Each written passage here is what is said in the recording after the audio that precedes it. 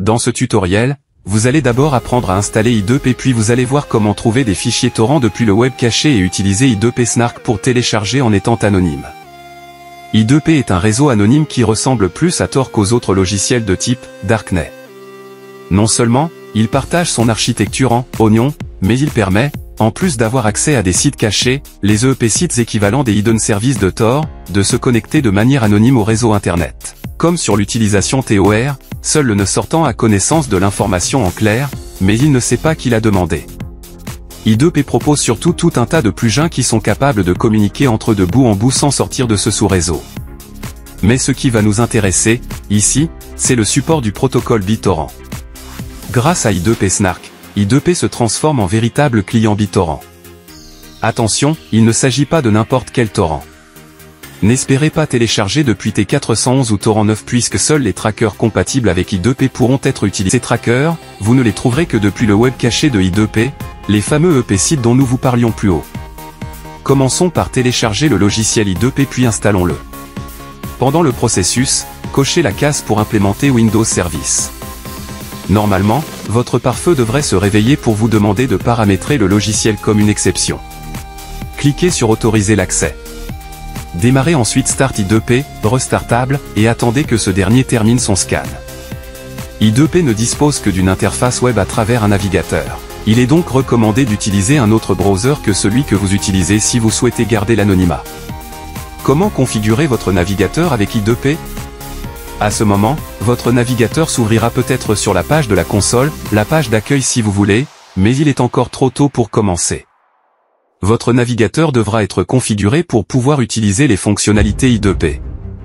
Voici les procédures à suivre pour les navigateurs web, Firefox, Chrome et Internet Explorer. i2p avec un navigateur Chrome et Internet Explorer. Si vous avez un navigateur Google Chrome ou Internet Explorer, allez dans Chrome, cliquez sur l'icône menu en haut à droite, ensuite cliquez sur Paramètres, afficher les paramètres avancés, situés en bas de la page. Dans la section Réseau, cliquez sur Modifier les paramètres du proxy. Choisissez l'onglet Connexion et cliquez sur Paramètres réseau pour la configuration du port proxy. Maintenant cochez Utiliser un serveur proxy pour votre LAN.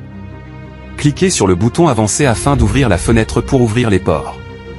Entrez les valeurs telles que sur l'image, IP 127.0.0.1 et port 4444 pour HTTP, port 4445 pour HTTPS. Cliquez sur OK afin de sauvegarder vos paramètres et votre navigateur devient prêt à utiliser le proxy i2p.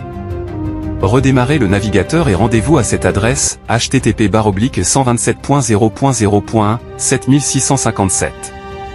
Au bout de quelques minutes, vous devriez voir Réseau, OK en haut à gauche.